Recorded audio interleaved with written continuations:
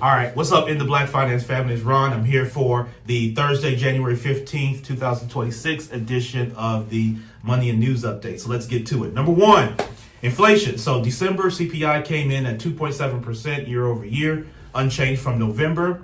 The core things, food and energy, ran 2.6% year over year. Month to month, prices rose 0.3%, with housing up 0.4%, being the biggest piece. Groceries jumped up 0.7% month over month, and gas fell 0.5% month over month. Number two, consumers in the holidays. So an interesting one. After the shutdown, November retail sales rose 0.6% month over month. The strength was in, of course, e-commerce. Non-store online sales were up 7.2% year over year, and restaurants and bars were up 4.9% year over year. So it was a strong finish for retailers overall. However, you'll hear me talk a little bit later at sometimes about margin, right? Sales were up, but margins were not necessarily better. All right, number three, banks. So many of the major banks had their earnings calls. JPMorgan beat their net interest income by $25.1 billion in Q4, and the trading stayed hot for them. Bank of America beat theirs by $7.6 billion in profit. So they were trading up 10%, their shares.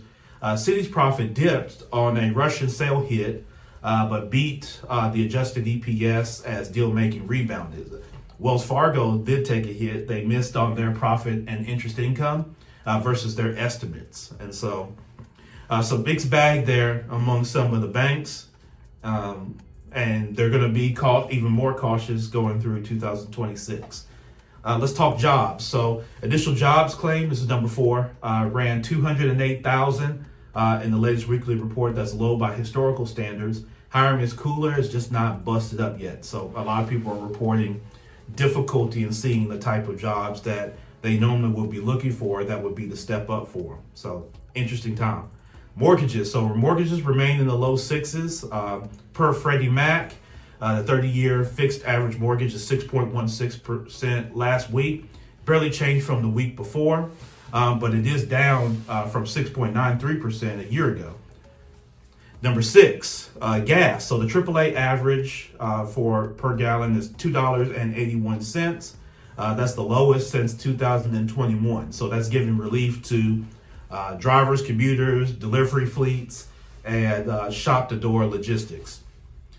Number seven, let's talk small business. So the NFIB small business optimism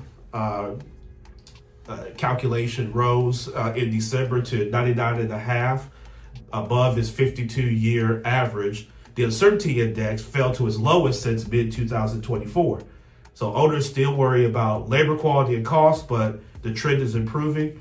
Not necessarily here in Memphis, we got some challenges, and if you have time in the room, I'll share the story with one of my clients, Miss BJ of Alcinius, who was on the news, local news this week, and rightfully so, talking about the lack of investment from the city in the Pitts District, which is over by St. Jude, and how that's affecting her business as well as others in the area, man. It's tough, but we're going to work through that. I've actually got an idea.